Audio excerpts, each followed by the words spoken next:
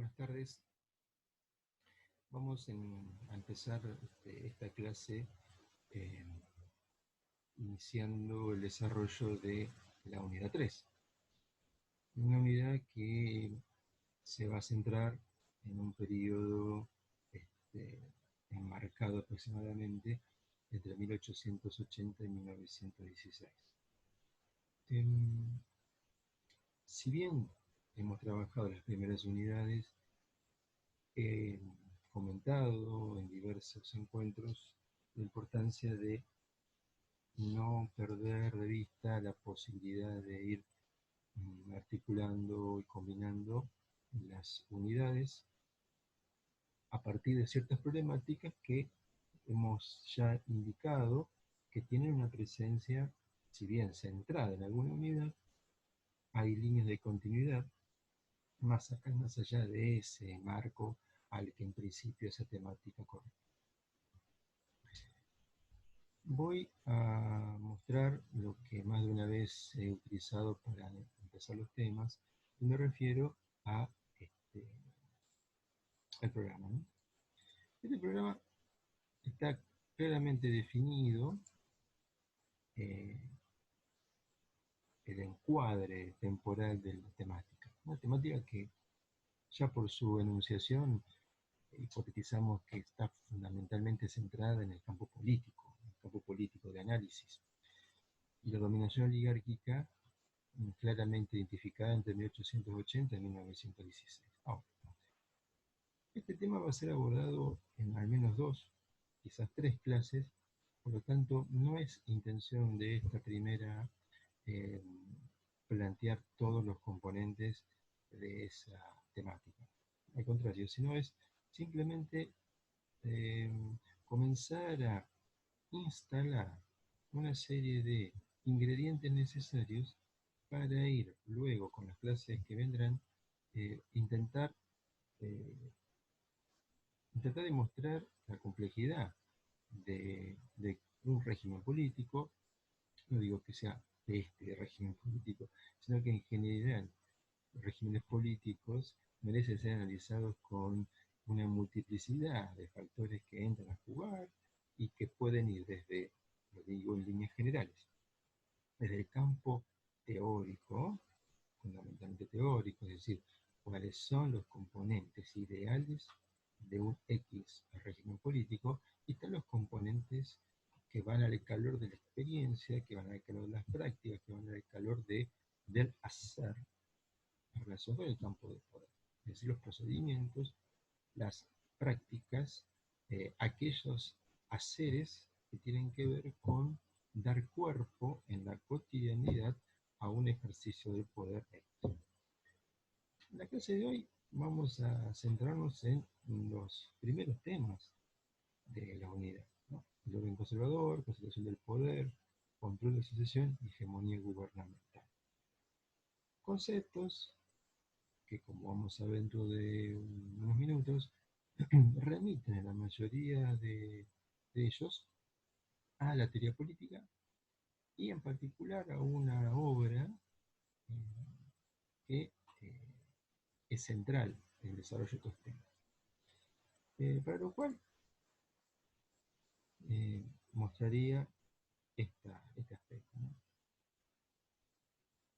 Bueno, la unidad 3, la dominación oligárquica de los 1880 a 1914, es una unidad que, como mencioné, tiene un recorte claramente político, o me gustaría decirlo de una manera un poco más diferente, en el campo del poder, instalando en el campo del poder el régimen político. En la clase de hoy la he denominado como el orden conservador, en referencia a una obra escrita por Natalio Botana que tiene exactamente el mismo nombre. Obviamente que no es una elección azarosa, no es una elección casual, sino que es una decisión claramente eh, reflexionada. En este sentido es bueno partir de algo que después voy a detenerme unos minutos, No siempre, yo diría al contrario, que excepcionalmente durante el desarrollo de los contenidos de esta asignatura, excepcionalmente nos centramos eh, en, para un X tema, en un solo autor o una sola autora. Eh, Eso no quiere decir eh, dejar de reconocer que hubo producciones del amplio campo de las ciencias sociales que dejaron una marca, dejaron una huella, dejaron una impronta en el tratamiento de ciertas temáticas y que quienes vinieron luego con diversas explicaciones, investigaciones y escritos, de alguna manera o continúan, se suman o discuten y se distancian y polemizan con los primeros escritos sobre ese mismo tema. Bueno, algo similar este, sucede con la obra El orden conservador, que después voy a hacer referencia. Rápidamente, yo plantearía algo que estuve anticipando.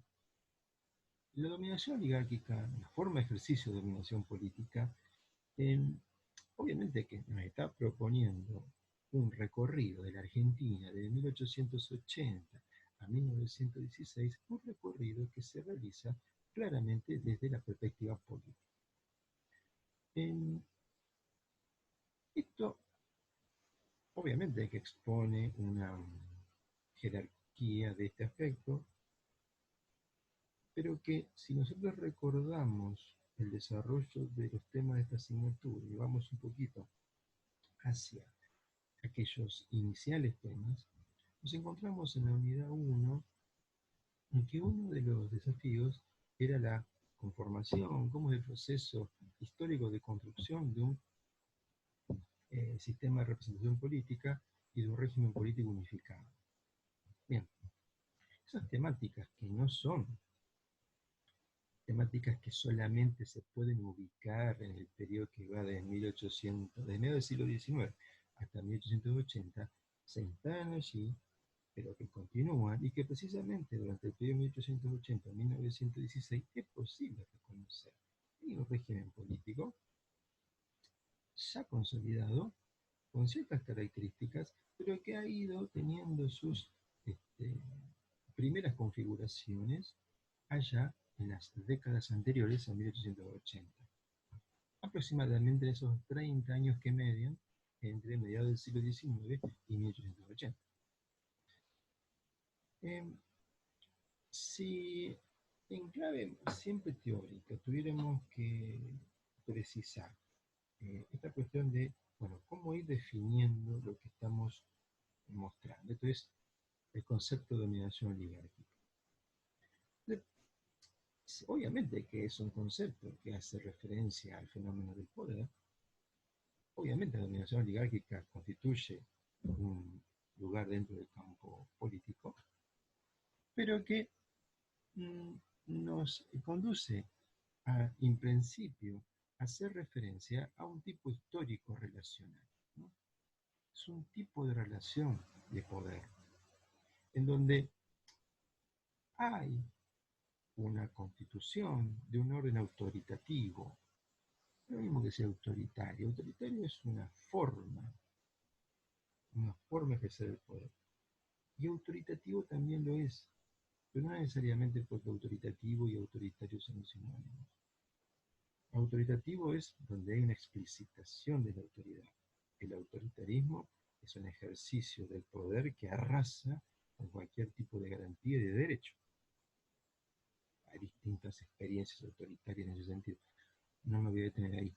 Pero sí, lo autoritativo trae consigo, ¿no es cierto?, una vinculación con un otro, ese otro con O mayúscula, que propone la obediencia, que ofrece la obediencia. Esa obediencia es individual y colectiva, y que, como todo fenómeno relacional, no es un fenómeno simétrico, es al contrario, es un sinónimo, es una situación de componentes situacionales asimétricas, asimetrías que están construidas por diferentes dispositivos. El dispositivo del poder en sí, el dispositivo material, es decir, la riqueza, y todo un conjunto de valores y distinciones, ¿no?, que tienen que ver con el prestigio. Es una combinación donde incluso uno puede ir viendo rasgos más tradicionales, rasgos más modernos, de por qué esta nación asimétrica es posible. Entonces, como dice el tercer componente de la imagen, esa dominación se va apoyando en un conjunto de mecanismos, ¿no? En donde se apela a constituir una base de legitimidad, es decir, un conjunto de procedimientos, de reglas, de enunciados, de dispositivos que van construyendo de a poco una idea de creencia de que eso es lo que hay que hacer. Eso es la legitimidad, el depósito de creencia en cuanto a cómo las cosas son, cómo las prácticas son, cómo es la estructura de poder, por qué es así, por qué están esos componentes, por qué tales sujetos son los que ejercen el poder. Un dispositivo de creencia, esa es la legitimidad. ¿Sí? Y que va de la mano con una serie de instrumentos institucionales que garantizan la obediencia por parte del conjunto. Esa construcción, estoy tratando de hacerlo más, vamos a llamar así, entre comillas, ahistórico posible, porque no estoy trabajando con componentes, hasta este momento no estoy trabajando con componentes de la praxis historiográfica de una sociedad determinada. Pero voy a comenzar a entrar un poquito de eso y hacer una mixtura. Esa dominación oligárquica claramente definida entre el 80 y el 16, y estas imágenes uno la habían visto. La primera, es decir, las batallas que van a dar como resultado la subordinación militar barra política de la ciudad de Buenos Aires frente al Estado Nacional en 1880 y que después da lugar a que en septiembre del mismo año sale la ley de federalización de Buenos Aires, y esta otra imagen del 12 de octubre de 1916, que es el momento en que Hipólito Yrigoyen asume la presidencia. Entre estas dos imágenes está este periodo, es decir, entre la federalización de Buenos Aires y el pasaje de oposición a oficialismo por parte del radicalismo. Este último punto no voy a decir nada hoy, simplemente lo menciono. Las marcas que establecen el inicio y el final de este periodo. Ahora, como lo mencioné a través de las imágenes, este periodo de la dominación oligárquica se instala en dos fechas que tienen una carga, no porque sean hacia el mismo sentido, pero una carga simbólica muy fuerte. 1880 depende de qué tomemos, o es el punto culmine de un proceso largo, de casi 70 años, de un proceso de construcción estatal. Un proceso también largo de violencias entre cruzadas, de ganadores y perdedores en distintos momentos, y que genera derrota de uno de los últimos, o del último, actor político que no aceptaba la subordinación al poder central de ese Estado Nacional ya en proceso de modulación, y que es la derrota, vamos a lo fáctico, las derrotas en las tres batallas que se dan en la ciudad de Buenos Aires entre en el año 1880, y que le van a generar a Buenos Aires la pérdida de la ciudad del mismo nombre y la conversión de esa ciudad en capital federal. Eso es 1880, una solución de fuerza. 1916 es el momento en que un partido que ya para ese momento tenía aproximadamente y unos 25 años ya de presencia en el ruedo político, con interrupciones, no es un partido que tiene una historia de mayor visibilidad y de menor. Me refiero a la música radical, sobre la cual no voy a hablar en este momento, no es el tema.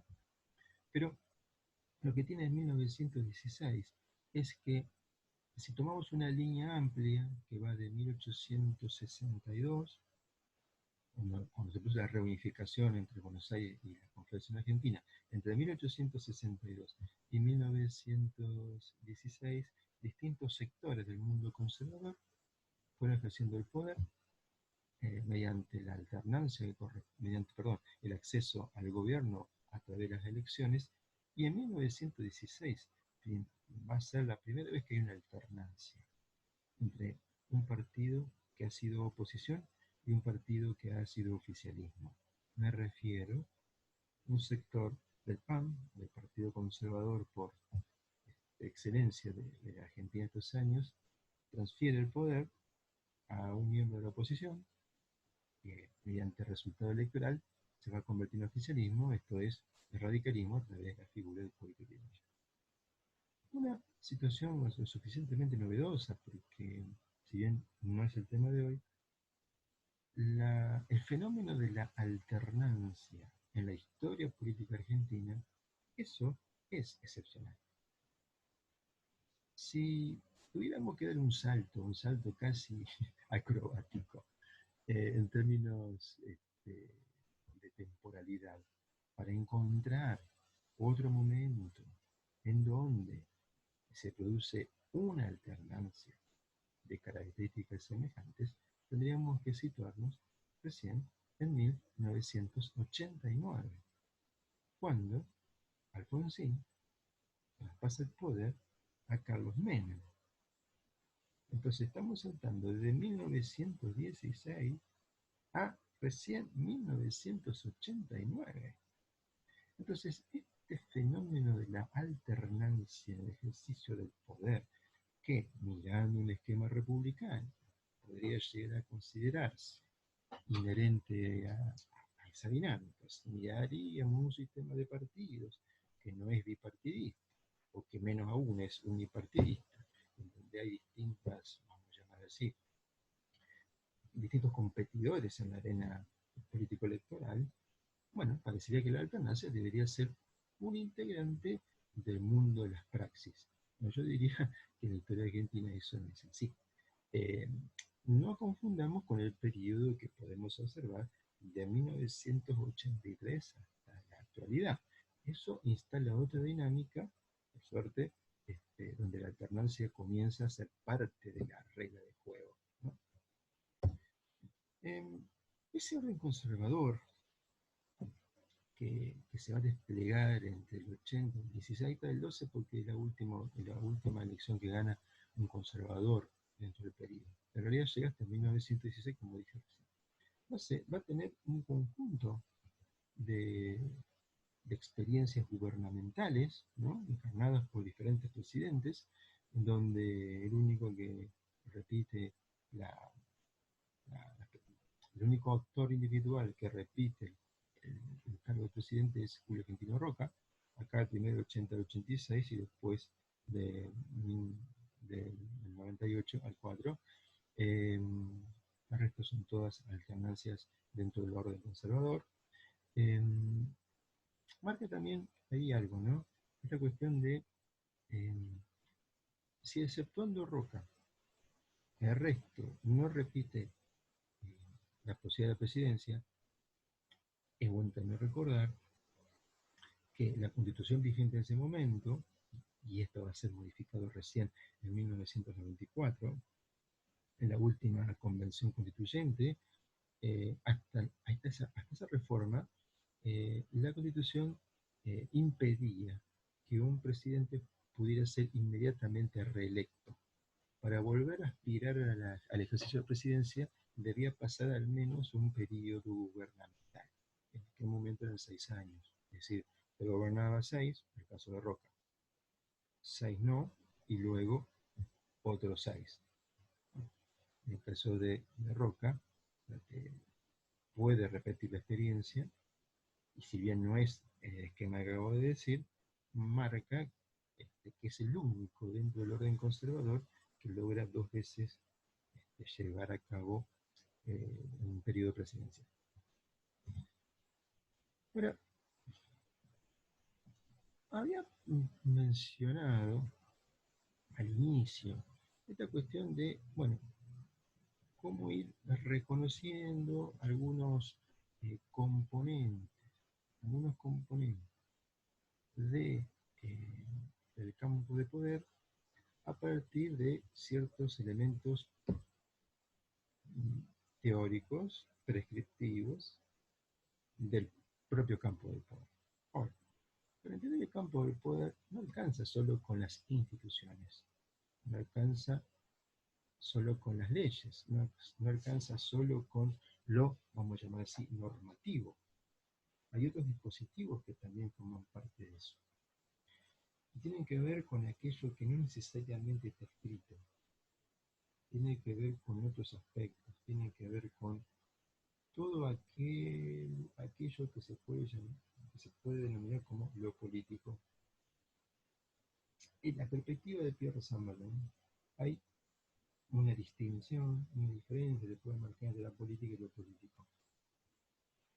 Obviamente que la política tiene que ver, sí, con las instituciones, con el Estado, con los partidos, con los grandes marcos jurídicos institucionales, ¿no es cierto?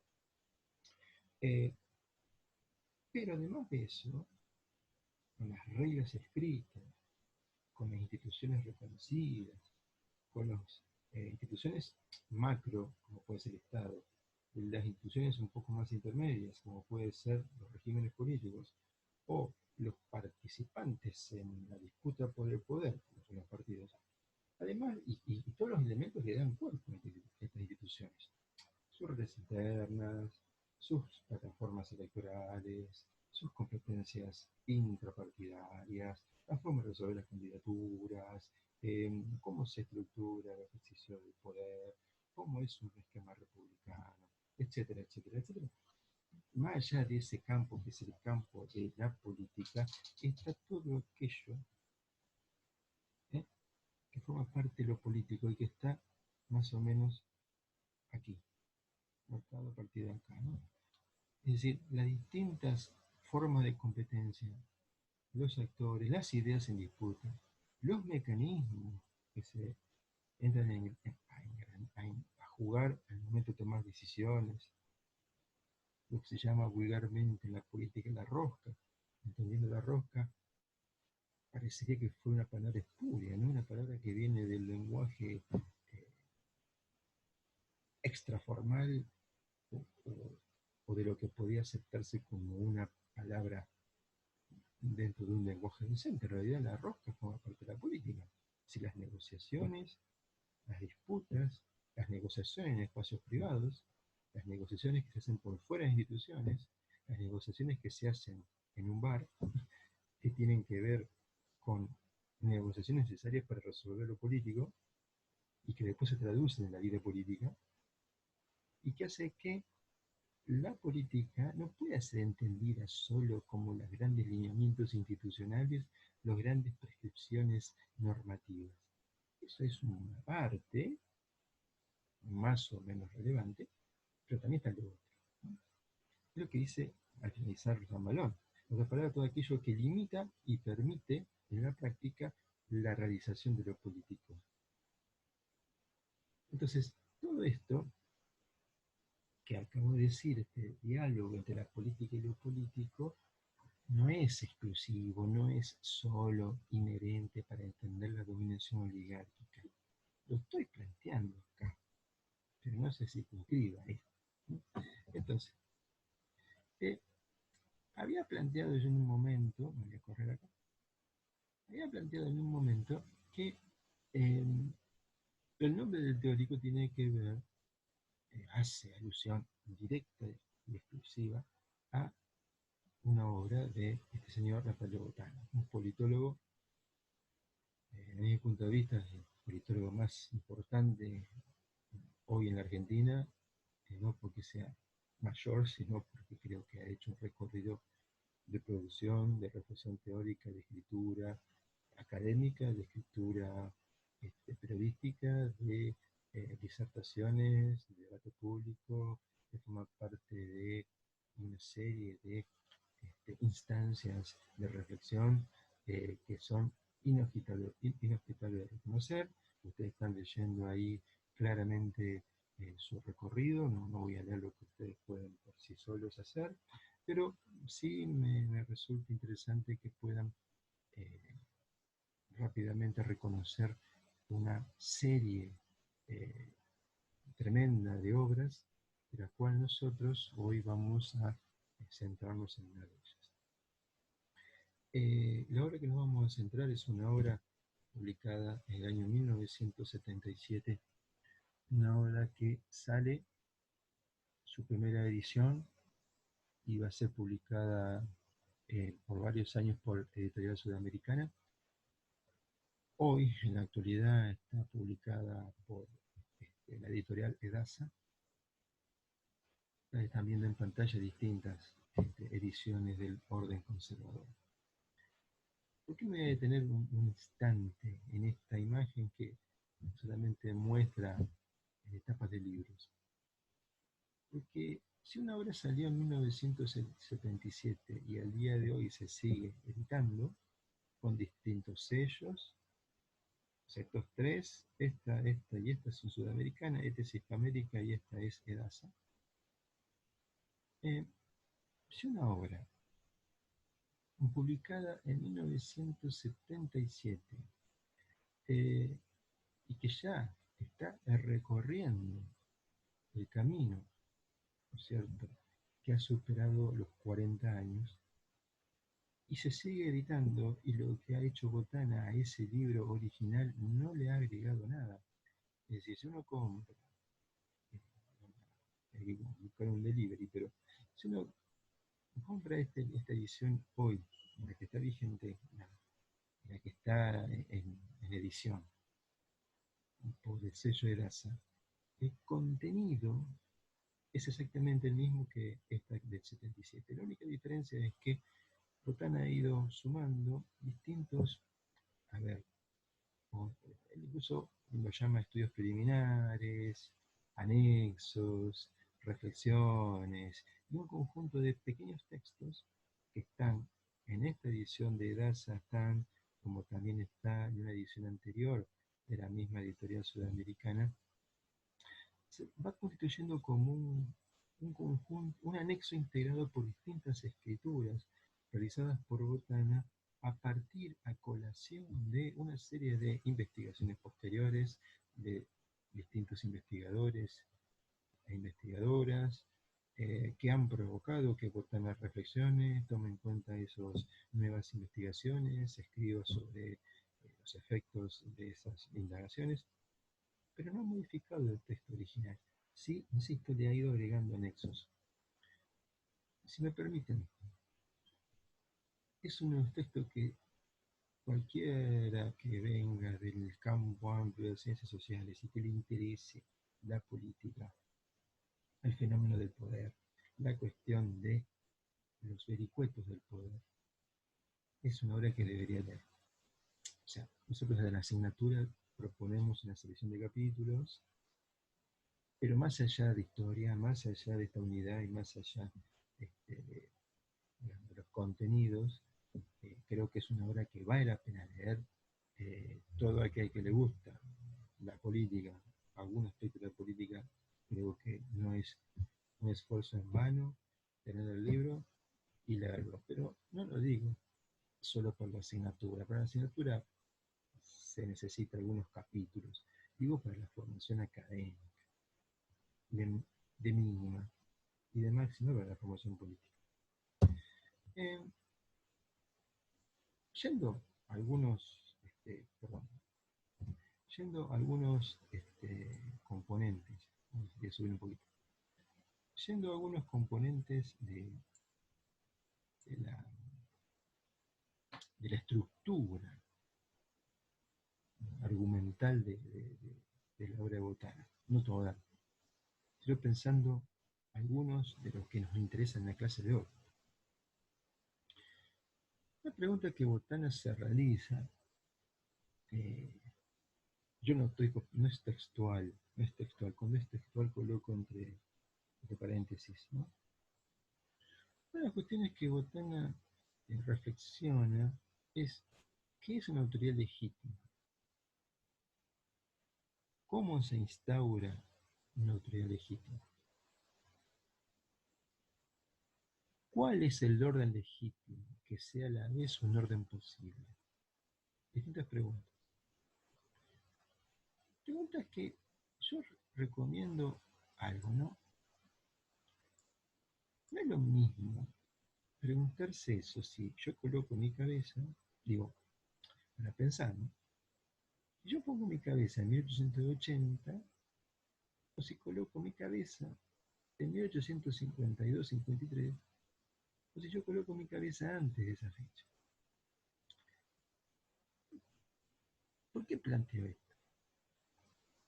Porque precisamente qué es una autoridad legítima y cómo instaurarla nos remite a aquellas viejas preguntas que en varias clases trajimos a colación en relación con el poder. ¿Quién manda? ¿Cómo manda? ¿Para qué manda? ¿Con qué recursos manda?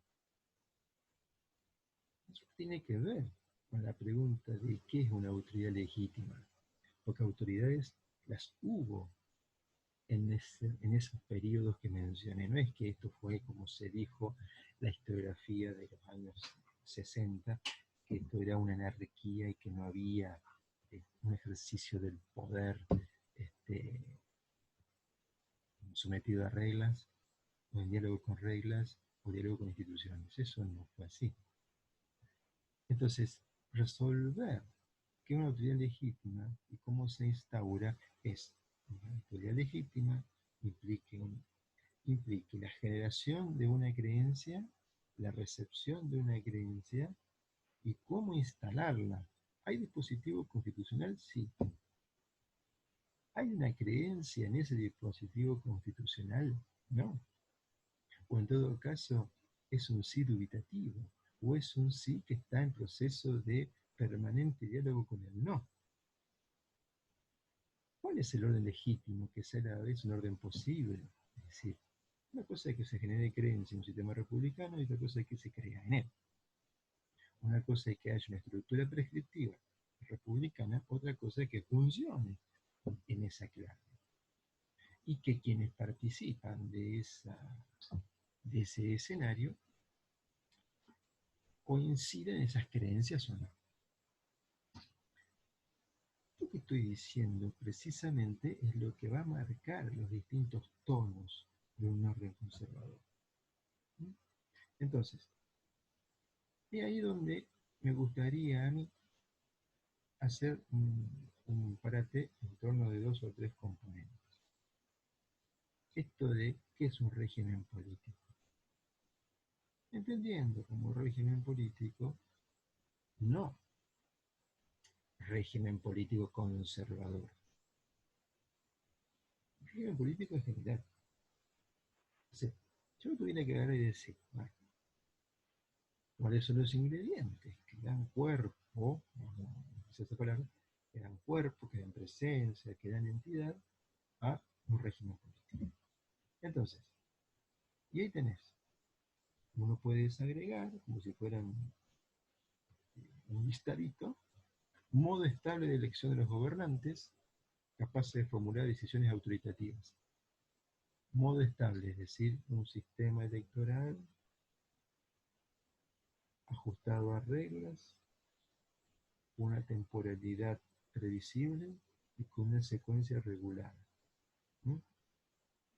Que den como resultado la consagración de autoridades con capacidad de llevar a cabo, de ejecutar, de emanar decisiones autoritativas, que a su vez puedan desarrollar sentimiento, es decir, un principio de creencia, un depósito de fe, si uno le puede decir de una manera distinta, un depósito de fe sobre este, los valores que merece esa estructura institucional, ¿no?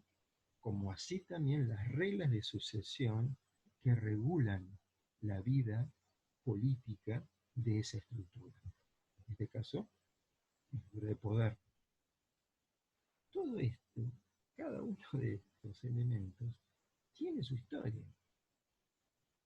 Es decir, ¿cómo respetar que un presidente cumpla sus 6 años? ¿Cómo respetar que debe haber elecciones? ¿Cómo respetar la frecuencia de esas elecciones? ¿Cómo respetar que es importante que quien llegue al poder llegue por elecciones? ¿Cómo se efectúan las elecciones? ¿Quiénes participan? ¿Cómo se controlan quienes integran el mundo de la política. ¿Cómo se articula el mundo de la política con los componentes de lo político? Bueno, ese régimen político, en realidad, ese régimen político conservador, esa dominación oligárquica, es el concepto, dominación oligárquica o régimen político conservador, son expresiones que exponen cómo terminó adquiriendo presencia a partir del mundo de los procedimientos, cómo adquirió presencia el régimen político republicano en la Argentina de 1880 a 1916. No porque haya empezado esto con Roca, el 12 de octubre de 1880, con Roca empezó el orden conservador. No. En todo caso, entre 1880 y 1916 se ven los destellos más deslumbrantes de ese orden conservador, pero no porque nazca en el 80, y tampoco es absolutamente monocolor entre 1880 y 1916. ¿Verdad? Entonces, en la perspectiva de Botana, ¿el orden conservador qué es? Es un régimen de hegemonía gubernamental en que la intención de los actores para controlar la sucesión choca con oposiciones, conflictos y efectos inesperados. Es decir, que los que gobiernan aspiran a que la incertidumbre, que la competencia electoral y que la batalla por el poder pongan en riesgo el control que del poder realizan los que en ese momento le ejercen. Es decir, ¿modifican la Constitución? No. ¿Cambian el régimen republicano? No. ¿Modifican las reglas del juego electoral? No. Lo que hacen es vivificar a esas reglas y a esas normas con procedimientos. De tal manera que el régimen oligárquico, el régimen conservador, es un régimen electoral, absolutamente. ¿Es un régimen republicano? Sí. ¿Hay representación política? Sí. ¿Hay frecuencia electoral? Sí. ¿Hay elecciones sistemáticas? Sí. ¿Las autoridades duran el periodo que deben durar? Sí. Una vez que el presidente termine su mandato, ¿traspasa el poder? Sí. Sí. Es decir, lo que tenemos que pensar, ¿cuáles son los procedimientos del mundo conservador? Entonces, saliendo un instante de los aportes de Natalia Botana y yendo un momento a José Nuno. José Nuno nos va a decir un régimen político de gobierno, digo para unir fragmentos que veníamos trabajando en unidades anteriores, es una forma de combinación de una determinada, es una forma de combinación de una forma de Estado, es una manera de combinación de ideas, lo he escrito yo, eh, una forma de Estado y una configuración específica de la escena política. Fíjese cómo trabaja con dos esferas, ¿no? Una figura estatal, que en Argentina sería el Estado con rasgos liberales, aunque no absolutamente liberal, porque interviene mucho. El Estado en Argentina, ese proceso de conformación de la Argentina moderna, ese proceso de conformación del orden burgués, ese objeto que va a adquirir la condición de Estado interviene mucho en el proceso de construcción de la modernidad. Por eso no es un Estado absolutamente liberal. Y una forma particular de rasgos que adquiere la escena política. Entendiendo escena política por en un entramado de instrumentos, que ustedes lo ven allí, los grupos de interés, la burocracia, los partidos, los actores, ¿no? ¿No? Y sumado a esto que como planteaba Botana, los acuciantes problemas de representación, lo que diría Botana ya, como la hegemonía gubernamental, es decir, cómo los que gobiernan anteponen ciertas prácticas para regular, controlar la sucesión. Y a partir de allí van a terminar generando un problema de representación, un problema de representación política, que en el caso del orden conservador va a devenir en impugnaciones a principio discursivas e impugnaciones que luego van a llevar al terreno de las armas, como van a ser las revoluciones radicales de 1893-1905. En este mundo eh, del orden conservador, esta idea de cómo son los procedimientos, bueno, voy a desagregar aquí algunos instrumentos que dan cuerpo a ese mundo de la política y lo político. Sufragio universal. Y sufragio universal había en estas provincias antes que hubiera Estado Nacional de la década del 20 del siglo XIX.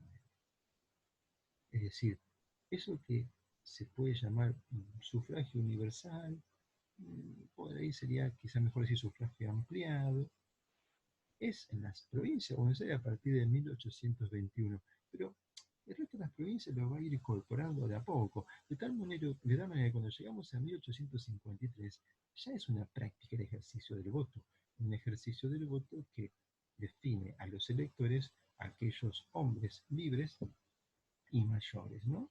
Esa va a ser la base legitimada de que un sistema de representación política, un pueblo elector.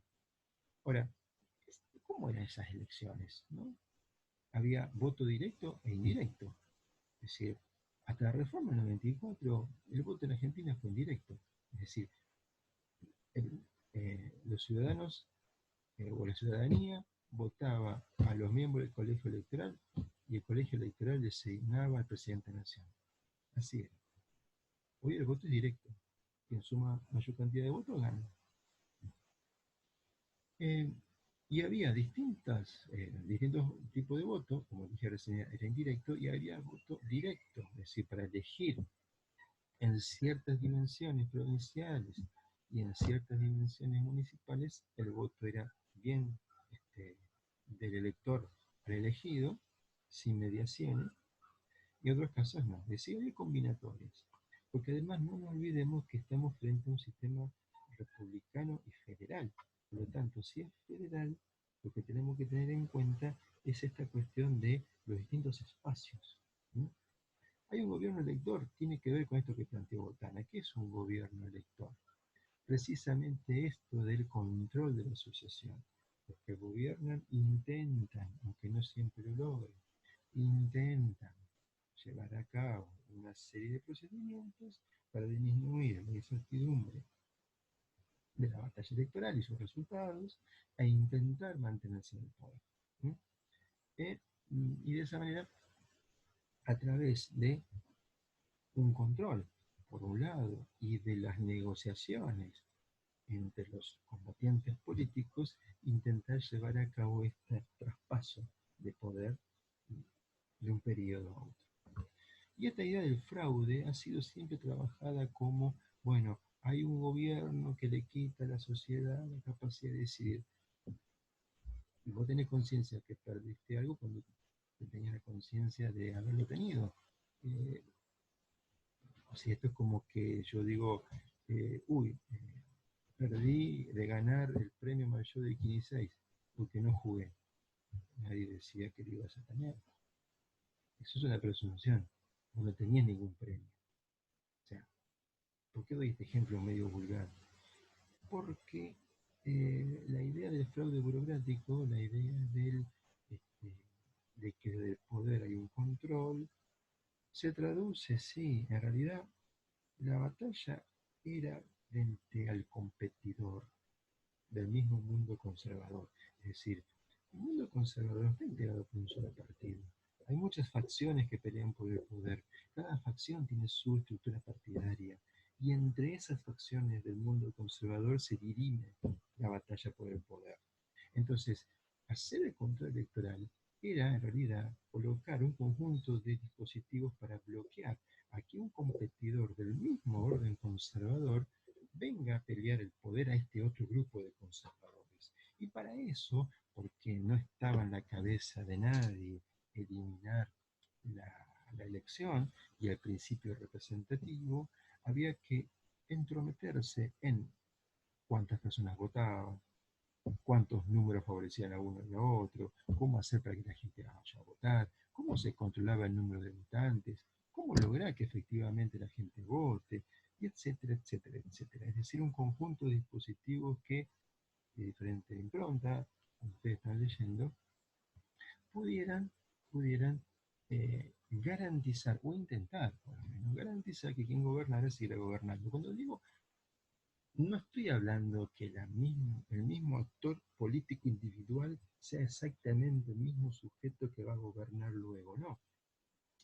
Alguien de mi misma facción gobierne. Yo no puedo, porque la ley me lo prohíbe, yo no puedo gobernar dos veces seguidas, pero que quien me suceda sea alguien que forma parte de mi riñón político, somos parte de la misma facción, no es la misma persona que gobierna, pero somos parte del mismo equipo. Entonces, en esta clave es bueno plantear la existencia de, para poder precisamente resolver esta cuestión de, bueno, cómo son los procedimientos para llevar a cabo las elecciones, existían esto que se denomina en la jerga política, pero también en la historiografía, las máquinas políticas. ¿Qué son las máquinas políticas? La articulación de sujetos y prácticas para constituir un engranaje de participación política, porque no nos olvidemos que el voto era público y optativo, contrario a lo que es hoy, que es secreto y obligatorio, era que era público y optativo. Por lo tanto, ¿cómo hacer para convertir en obligatorio lo que es optativo y cómo lograr que una persona en público diga lo que va a elegir? Entonces, esas máquinas políticas, ¿a quiénes articulan? A una miríada, un abanico importante de protagonistas. El candidato, los caudillos electorales, los electores, de mínimo. Y un conjunto de roles que hoy llamaríamos más modernos y que parecería que fue el invento de esta época, como todos los caudillos electorales, los que partían el barrio, los militantes, los adherentes. Obviamente no es una política de masas, pero que estas prácticas estaban, sí, acordes a un clima de esa época, ¿no? Eh, entonces, eh, esas máquinas políticas, ¿no? eh, dan cuerpo a los partidos. Es decir, los partidos no son como los que hoy tenemos nosotros en la cabeza, porque eran construcciones muy episódicas. Son agrupamientos muy elásticos, muy coyunturales, laxos, esporádicos, ¿no es cierto? Que tienen mucho que ver con una práctica eh, muy al ritmo de las elecciones, y de tal manera que lo importante de un partido era consagrar a su candidato. No era tan importante que ese partido sobreviviera al clima electoral, al clima eleccionario durante los próximos 6 años, seguir viviendo. En realidad, la vida política estaba muy atada a las elecciones y por eso mismo la cuestión de que el clima electoral constituía los partidos. Un partido de estructura que sostenía al candidato. ¿Sí? Por eso tenían, digamos, una vida bastante efímera y por eso el mundo conservador está integrado por tantos partidos, ¿no? Los que votaban, obviamente, eran miembros del mundo subalterno, por lo tanto, las élites gobernantes necesitaban los sectores subalternos para su existencia. ¿Sí? Entonces, esa máquina electoral, como lo diría Islas en algunos de los textos que ustedes leen, eh, tenía acá, llevaba a cabo, ¿no es cierto?, todo un entramado de acciones y de ejercicios políticos electorales, ¿no? Y dice, y la tiene una idea muy interesante, como es muy sintetizadora, dice, en esos trabajos electorales de la máquina electoral, se definen los nuevos lazos entre caudillos y militantes de distinto nivel. Claro, no es lo mismo hablar de elecciones a nivel municipal, a nivel provincial o a nivel nacional, ¿no? Entre caudillos y militantes de distinto nivel, se reforzaban viejas lealtades y se creaban otras nuevas, se desarrollaban formas de acción y estilo de funcionamiento propio de cada grupo.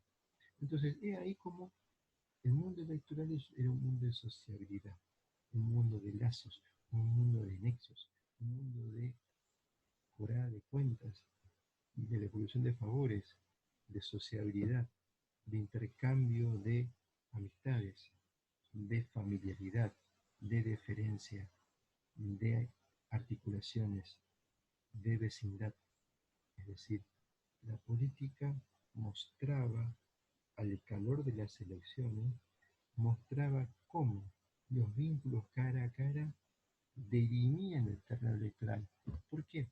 Porque el terreno electoral no es un terreno de masas. Cuando digo de masas, no es una cantidad numérica aplastante. Los resultados electorales, perdón, el número de participantes no tiene absolutamente nada que ver con el número de habitantes. No solamente porque las mujeres no forman parte de esto, como tampoco los menores, sino porque los extranjeros no forman parte de esto, porque la nacionalización de un extranjero no era imperativo legal. Es decir, no es que la ley obligaba a quien venía del extranjero y se quedaba en la Argentina debía nacionalizarse. Para nada. No había ningún tipo de obligación en ese sentido. Por lo tanto, una sociedad crecientemente integrada por extranjeros es una sociedad que progresivamente va aumentando el número de habitantes, pero no el número de ciudadanos. Entonces, esto que están viendo aquí en pantalla, que no se va a observar en términos para ustedes en este momento no van a poder ver esto con detalle, muestra un desarrollo desde 1854, creo, ¿sí? 54 hasta 1912-16, todo la vida, el entramado político del mundo conservador. Aquí tienen la línea de los años, aquí tienen las presidencias, más o menos quién gobernó, así que está cortado, acá horizontalmente está cortado por segmentación institucional, a 6 años, y se va viendo cómo se va conformando los partidos y cómo la expresión PAN, Partido Economista Nacional, es el nombre de un partido conservador en un momento de esta compleja historia. No hay un solo partido que se llama Partido Economista Nacional desde mediados de la década del 50 hasta el 16. Ustedes están viendo que no es así. Entonces, ¿por qué nos queda en la cabeza la idea de que la Argentina conservadora es el periodo en donde el PAN gobernó? El PAN como sigla, Partido Economista Nacional. Eso en realidad es una imagen construida más que nada por el sentido común, construida más que nada por el debate político partidario, con imágenes que se trae de la Argentina conservadora, pero que no tiene demasiada relación con este, lo que la historiografía muestra, y que nos expone algo que es sumamente interesante. Nos expone cómo es la vida conflictiva del orden conservador. Entonces, yendo hacia, digamos, el cierre, ¿no? Y buscando el cierre. ¿Qué tipo de política es la política del orden conservador? Es una política de notables y de partidos. Hay notables y partidos. Los notables forman partidos. Es un sistema de partidos. Es un sistema personalista. Entonces es ahí donde se nos presenta a nosotros la necesidad de utilizar, no, de recurrir y ver qué hacemos una vez que los tenemos a la mano. Recurrir a eh, los conceptos. ¿Qué es un partido tradicional en relación con un partido moderno? Uno supone que el partido moderno es más de una política de masas. Sí, no es una articulación errónea. Es correcto. ¿Para qué es un partido tradicional? Es una política donde obviamente no es de masas, medio complicado definir esto por lo que no es. O sea, ¿qué era?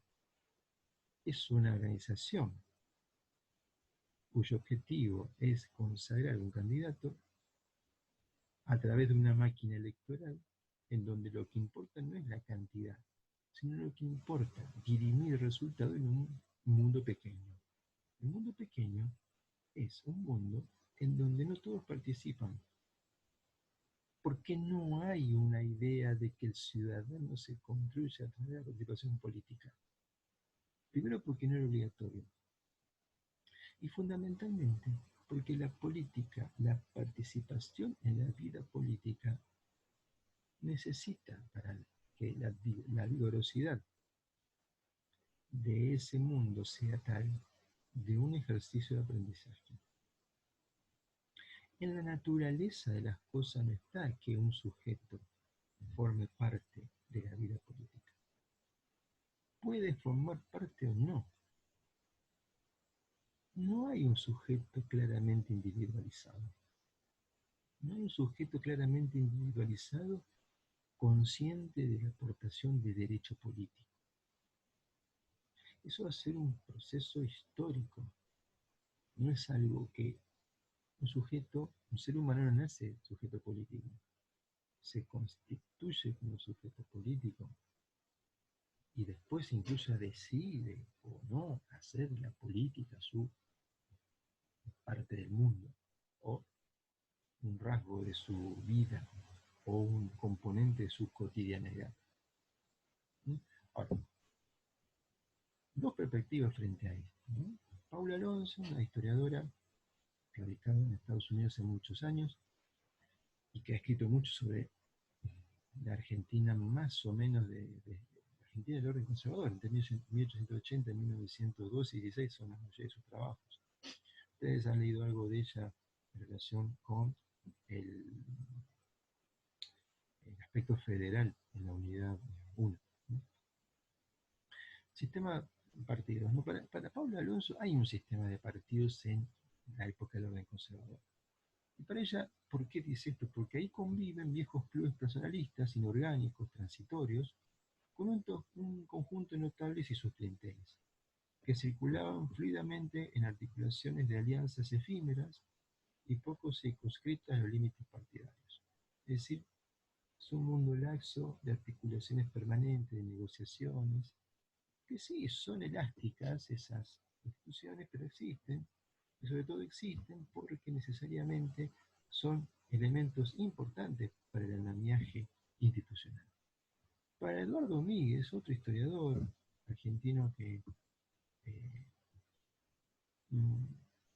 la presencia de Míguez es en distintos temas de la historia argentina, ¿no?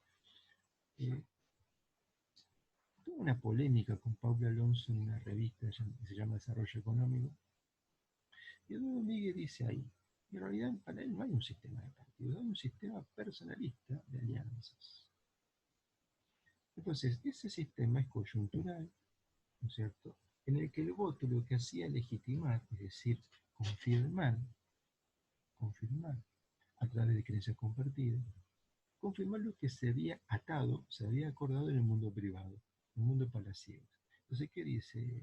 Para más que partidos, los principales protagonistas son los dirigentes.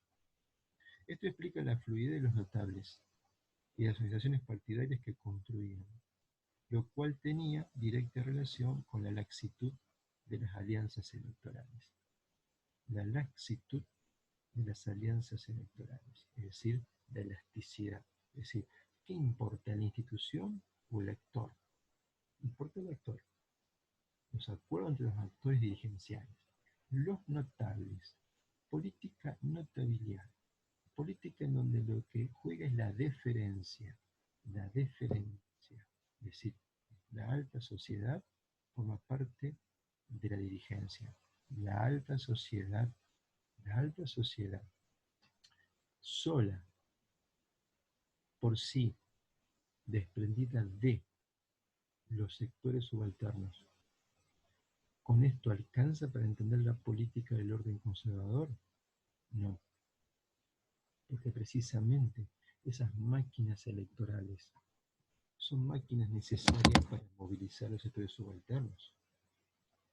El mundo político que debían dirimir los dirigentes notables, es decir, los notables del mundo político necesitaban del número en la sociedad tradicional, no en la política de masas. Ganar 300 a 150 era necesario para poder resolver quién mandaba, para saber quién había ganado.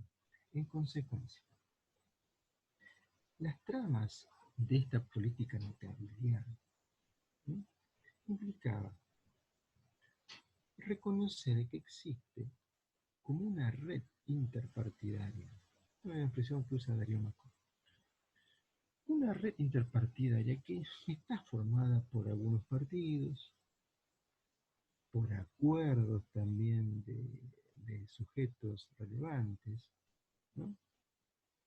Pero que de a poco, claro, no es lo mismo decir esto en 1880, 1890, 1900, 1910.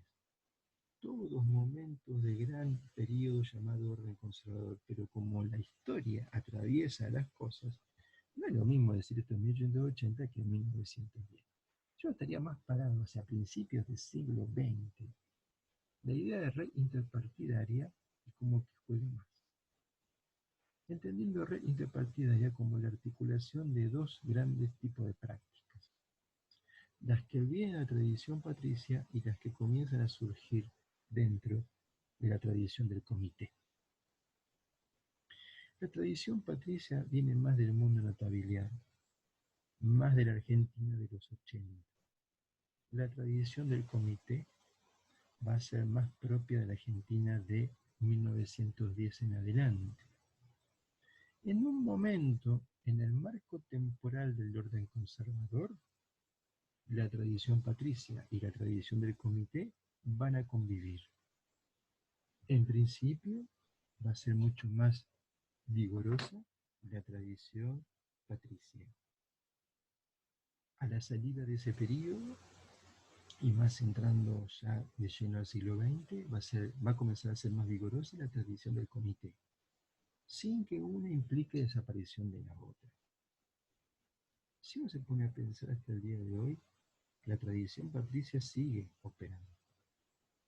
La tradición patricia sigue operando porque precisamente los acuerdos palaciegos, las roscas del mundo privado, las conversaciones por fuera de las instituciones, las alianzas que se construyen por fuera de los partidos políticos siguen dando cuerpo a la política. ¿Sí? Bien, con esto que he planteado, estaría dando fin a esta primera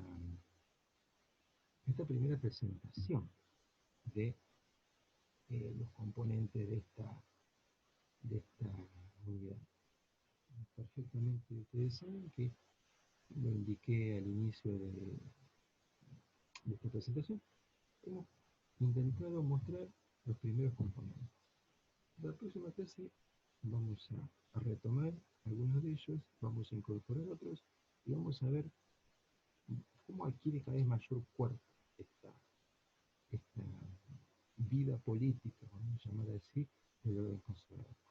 Así que bueno, estaremos viendo la próxima semana y bueno, a seguir leyendo distintos textos que tienen que ver con estas temáticas.